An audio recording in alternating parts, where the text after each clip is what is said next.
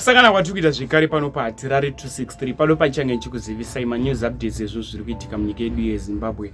Kana uchiri munyowani pa this YouTube channel, kusubscribe mahara wotena on the notification bell.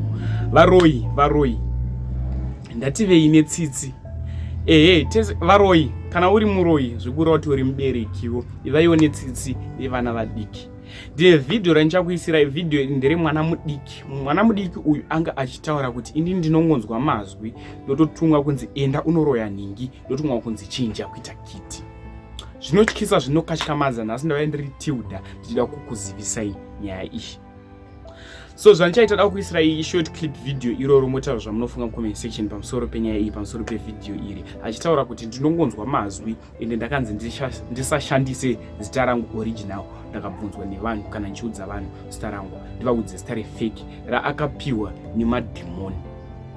Zvatoda kuita munguva inoida kusiyai muchiona video, mapedza kuona video iri motaura zvamunofunga comment section. Mwana uyu abatwa ari pachikoro achida kuchinja kuita kiti, nekuti ndo mission yanga akapiwa kunzi enda unochinja kuita kiti pachikoro, woroya vamwe vana pachikoro. So paabatwa mwana uyu anga akuhumburuka achizhongonyoka pachikoro achida kutraya kuchinja kuita kiti. Zvandichaita ndichaisa video ndakablaya face yemwana nekuti mwana uyu achiri mudiki.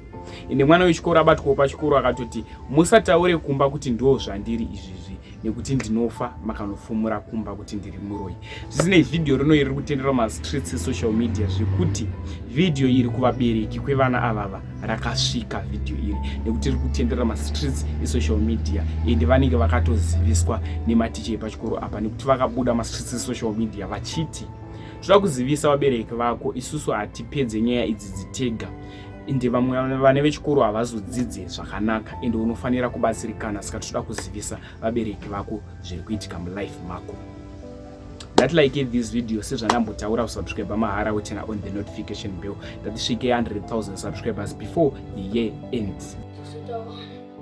Tawana nogarivi mai variko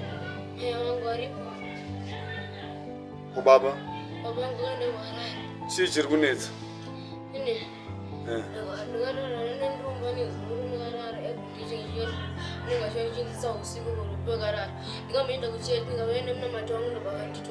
Ndiani akatora?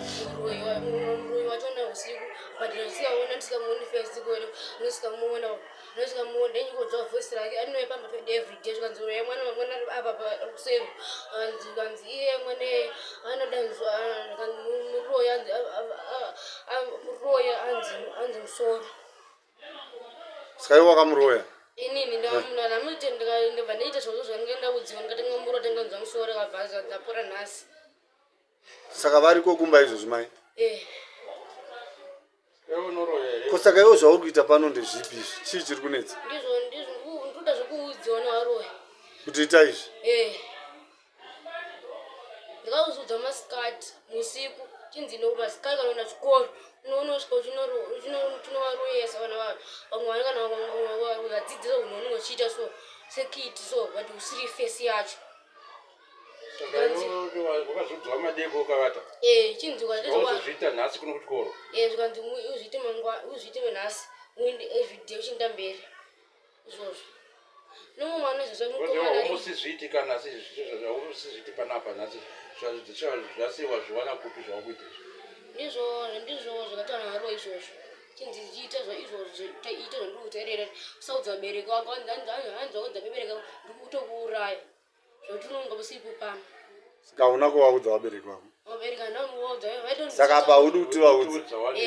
Ko saka tikarega kuvaudza iwe uchidai pachikoro todi tokupa transfer letter woendako. Saka unogara kumba? Isi toda kuti udzidze kaisi. Ndachinda kumba tikachinda kumba nawo kutsvaga kuenda nawo uri kuramba kuenda kumba unorambire? Ndisaende kumba. Usaenda kumba? Ndizvo ndikuudziwa. Ndozvaungaenda kumba? Ndinzi pressure chikwaba ndiva nditumda zita ziri ravo kanzi itanonzi tawana. Saka paunonzi tawana asi iwo chinzi pressures? Ndonzi pressures but iwo vanzi tatawana ndosita rako chaite royo. Saka iwo wakagamuchira here uroyo? Usiku ndezive ndinoti wakagamuchira here uroyo? Saka unotoda kuroya? Ndizaiwa ndiwa kundimutsa usiku nekarara. Asi wausi kuda kuroya. But ndiwa kundiita zvakadai. Vachindidzidzisa ita zvakadai.